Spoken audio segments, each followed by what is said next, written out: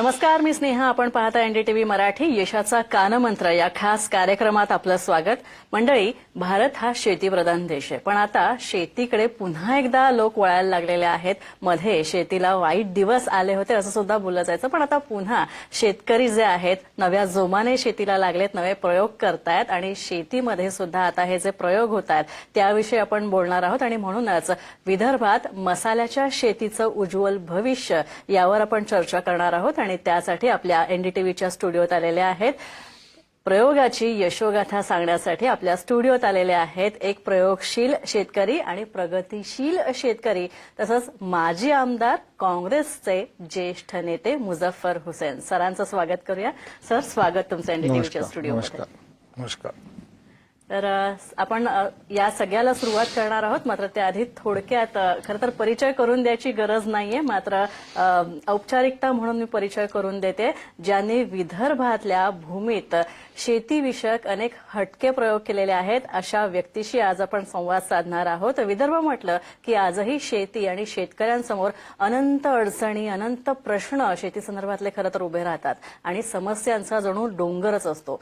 पीक कोणतं घ्यायचं, कधी लावायचं, किती प्रमाणात घ्यायचं, कशी शेती करायची आणि ती यशस्वी करायची आणि कशी करायची, या सगळ्या गोंधळात खरं तर विदर्भातला शेतकरी नेहमीच असतो. पण याला फाटा देत, गोंधळावर मात करत विदर्भामध्ये मसाल्यासारख्या चांगले पैसे मिळवून देणाऱ्या पिकांची शेती गेल्या 10 वर्षांपेक्षाही जास्त काळात अतिशय यशस्वी पद्धतीने करून त्यांनी दाखवलेली आहे. तसंच 10 वर्ष हा मोठा काळ आहे आणि त्यांनी हे सगळं कसं केलं, शेतीत तेही विदर्भात मसाल्याच्या पिकांची शेती करावीत हे त्यांच्या मनात कसं आलं आणि या सगळ्यात त्यांना यश कसं मिळालं, कुणाचं मार्गदर्शन त्यांना लाभलं, हे आपण आज सरांकडनं जाणून घेणार आहोत.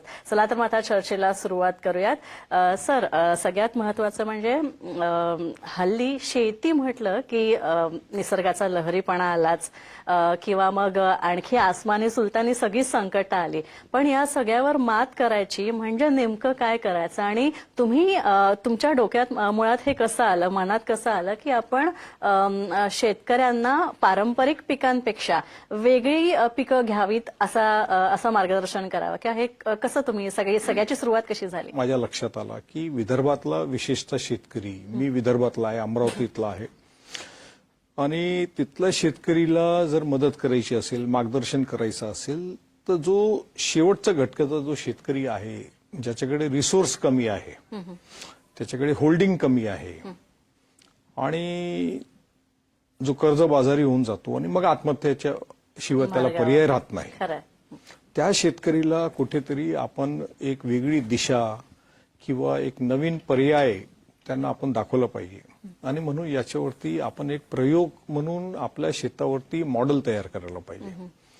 त्याचा खूप 8-10 वर्ष देशभरामध्ये फिरून स्वतःच्या शेतावरती सर्व पिकं घेऊन त्याच्यात येणारी सर्व अडी अडचणी लक्षात आल्यानंतर माझ्या लक्षात आला की क्रॉप पॅटर्न चेंजची गरज आहे आणि त्याचं एक मॉडेल आपण तयार करायला पाहिजे.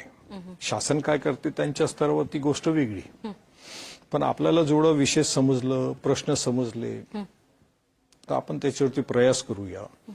आणि देशभर फिरल्यानंतर माझ्या लक्षात आला की स्पायसेस हा एक उत्तम पर्याय आहे. आणि विदर्भच्या 45-50 डिग्रीमध्ये स्पायसेस करणं म्हणजे अत्यंत कठीण काम होता, पण शेवटी एकदा आपण ठरवलं की हे करायचं आहे, प्रयोग करायचा आहे, तर मग त्याच्यासाठी आपली सगळी मानसिक तयारी ठेवून आपण त्याच्यात पुढे गेलं पाहिजे.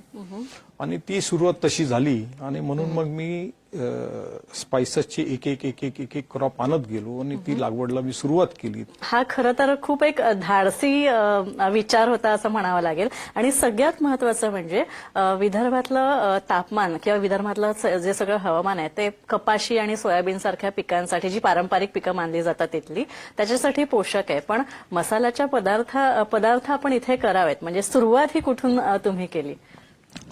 जेव्हा मी हे विचार केलं की मला क्रॉप पॅटर्न चेंज करायला पाहिजे, तर मग नक्की कोणता क्रॉप करायला पाहिजे. आणि त्याचं करता मी कर्नाटकाला माझ्या एक मित्राच्याकडे गेलो होतो, ज्यांचं खूप मोठं प्लांटेशन आहे. आणि योगायोगाने त्यांनी मला doctor M.N.. Venugopal, farmer head of spice division ICAR, त्यांच्याशी ओळख करून दिली, ज्यांना फादर ऑफ ब्लॅक पेपर बोलला जातो. आणि त्यांच्याशी संपर्क झाल्यानंतर त्यांच्या मार्गदर्शनाखाली सातत्याने 2-3 वर्ष त्यांच्याकडे पाठपुरावा केल्यावर, सायंटिस्ट कसे असतात हे मी तुम्हाला सांगायची गरज नाही, ते मुडी असतात, राजकीय क्षेत्रातल्या माणसांवरती विश्वास त्यांचा नसतो. 2-3 वर्ष त्यांच्याकडे पाठपुरावा केल्यानंतर त्यांना माझा उपदेश काय आहे, इंटेन्शन काय आहे हे त्यांना सांगितल्यावर त्यांना माझ्यावरती थोडाफार विश्वास बसला. त्यांनी शेतावर यायचं, नागपूरला यायचं ठरलं. ते मैसूरला राहतात, रिटायर्ड झाले, 15 वर्ष झाले. शेतकऱ्यांना ते मार्गदर्शन करतात, कर्नाटका, केरला, आंध्रा, तमिळनाड या ठिकाणी. आणि ते माझ्या शेतावर आल्यानंतर त्यांनी जे मी काय ऑर्गॅनिक जैविक शेती करत होतो ते त्यांनी बघितलं, SOPs बघितली आणि ही वॉज क्वाईट सॅटिस्फाईड. मग त्यांनी म्हटलं की नक्की आपण या ठिकाणी एक मॉडेल तयार करू. आणि मग त्याची सुरुवात झाली 4 वर्ष मागे. एक्झॅक्टली स्पायसेस लागवडीची सुरुवात 4 वर्ष मागे झाली. आणि मग सगळे प्लांट्सचं प्रोक्युअरमेंट ते स्वतः करू लागलेत. केरला, कर्नाटका, शिमोगा, मलाही 10-12-15 हजार किलोमीटर त्यांनी फिरवलं, शिकवलं. आणि मग ते आम्ही काली मिरी आणली, दालचिनी आणलं, तेजपान आणलेत, कॅशू आणलेत, काजू जे आपण म्हणतो, कोकणातमध्येच काजू होतो. म्हणजे आता हाही प्रयोग करणार आहात तुम्ही? मग ते लावलं आम्ही आणि आम्ही हार्वेस्टिंग पण केली. आणि आता मल्टिप्लिकेशन ऑफ प्लांट्स आम्ही करतोय, कारण शेतकरी जे आमच्या शेतावर येतात ते सगळे बघितल्यानंतर त्यांच्या मनात होते का आपणही काहीतरी वेगळं करायला पाहिजे. मग ते म्हणतात प्लांट्स पाहिजे आम्हाला. मग त्यांच्यासाठी ते मल्टिप्लिकेशन ऑफ प्लांट्स आम्ही ते सुरुवात केलेली आहे. तर काजू आणले, 25 प्रकारचे फणस आणलेत. लोकांना आपल्याला मुंबई आणि शहरामध्ये फक्त 2 प्रकारचे फणस माहिती असतात. 25 प्रकारचे फणस आणलेत आम्ही. 12माशी फणस आणले. एक नाही, तर वार्षिक 2दा फणसचं उत्पादन, असे 12माशी फणस आणले. आम्ही तिथेच थांबलो नाही, तर अद्रक आणि हळद तर हे सगळेच ठिकाणी महाराष्ट्रात होते. सांगली, कोल्हापूर या पट्ट्यात खूप मोठ्या प्रमाणात होते आणि विदर्भातही खूप मोठ्या प्रमाणात होते. पण त्याच्यामध्ये काला ब्लॅक जिंजर, काळा आलं, ज्याला मेडिकेशनल व्हॅल्यू आहे. आणि ब्लॅक जिंजर आपण जर गुगल केलं तर आपल्याला दिसेल 2000 रुपये किलो रॉ जिंजर असतो तो. आता तोच रेग्युलर जिंजर कास्तकार 20 रुपये किलोने विकतो. त्याला लावण्याची पद्धत, याला लावण्याची पद्धत सेम आहे, एकसारखी आहे. पण याची किंमत 2000 रुपये किलो, त्याची किंमत 20 रुपये किलो, याचा पावडर 15,000 रुपये किलो, त्याचा पावडर 200 रुपये किलो. तर नुसतं स्पायसेस लावणं असं नाही, तर स्पायसेसमध्ये सुद्धा आणि त्याच्या व्यतिरिक्त सुद्धा हाय तिकीट व्हॅल्यू कोणाला आहे, लॉंग शेल्फ लाईफ कोणाला आहे, याचाही विचार केला गेला. शेतकरीला खूप काही प्रोसेस करायची गरज नाही. अच्छा, पण सर मला एक सांगा की मसाल्याचे पदार्थ जेव्हा लावायचं ठरलं आणि तेव्हा बियाणं त्याचं मिळवणं, सीड्स कलेक्ट करणं हे फार महत्वाचं असतं. आणि त्यातही आजकाल संकरित बियाणी बाजूला सरकवून जे नैसर्गिक बियाणं आहे ते पण मिळवणं फार महत्वाचं असतं. मग हे कसं मिळवलं? काली मिरीचे बघा प्लांट्स भेटतात, त्याला बियाण्याची गरज नाही. काली मिरी इज अ फॅमिली ऑफ पान, वेल. आणि आपल्या घरामध्ये मनी प्लांट पण असतात. तर मनी प्लांट, काली मिरी आणि पान जे आपण खातो, it's from the same family. आता तुमच्या लक्षात येईल की फक्त तुम्हाला ती त्याची कापायची आणि ते रोपायचं. काली मिरी 100 प्रकारचे प्लांट्स येतात. जसं आंबे आपल्या देशामध्ये 250 पेक्षा जास्त व्हरायटी आहेत. पण आंबाच बोलला जातो त्याला.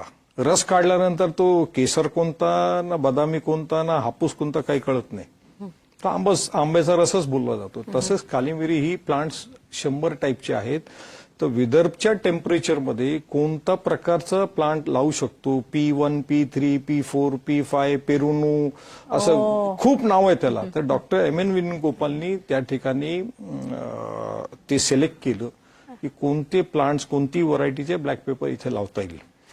दालचिनीची आम्ही रोपं आणली, केरला, कर्नाटकामधनं रोपं आणली. आता दालचिनी आमची हार्वेस्टिंगला आली यावर्षी.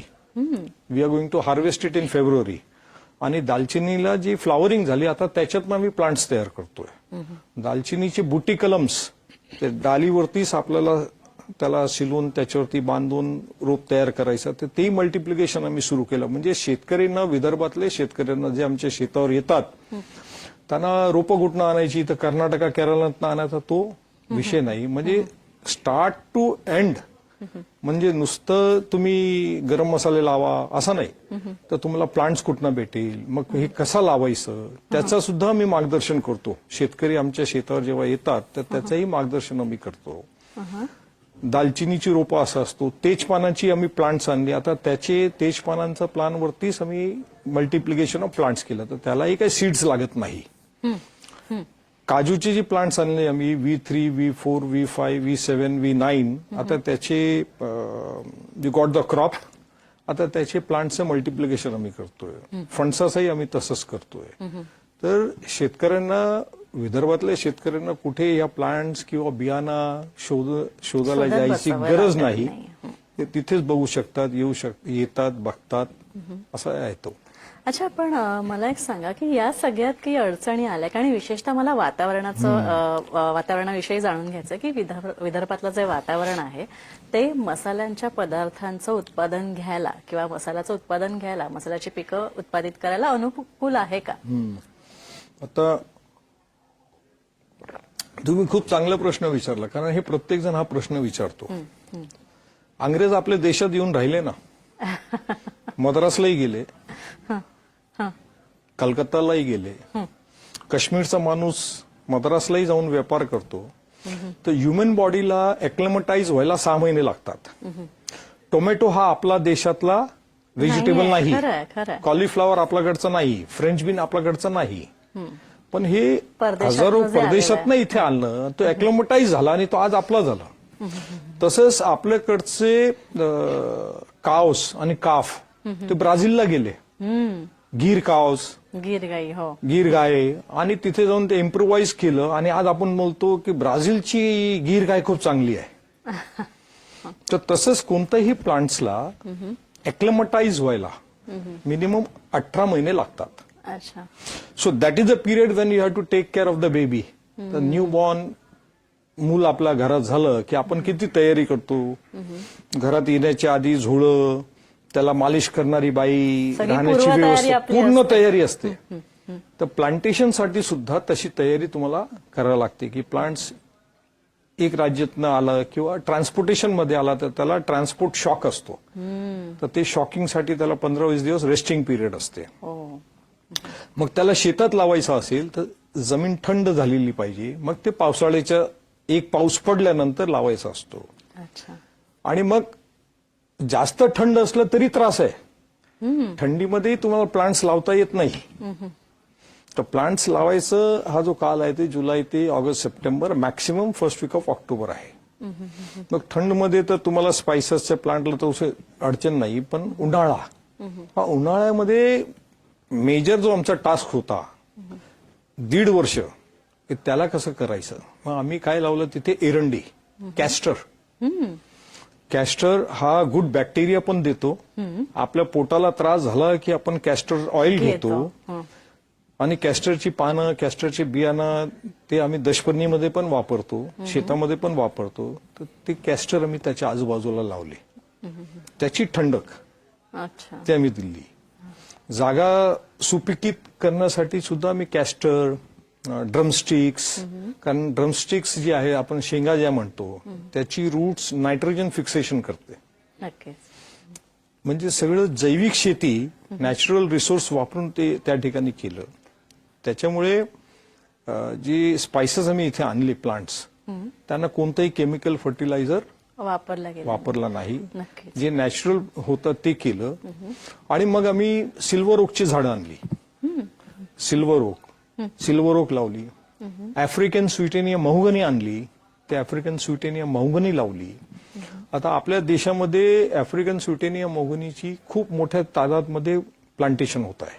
कशासाठी होतोय, तर ग्लोबल वॉर्मिंग जो आहे, ग्लोबल वॉर्मिंग जो आपण म्हणतो, पृथ्वी गरम होत चालली आहे.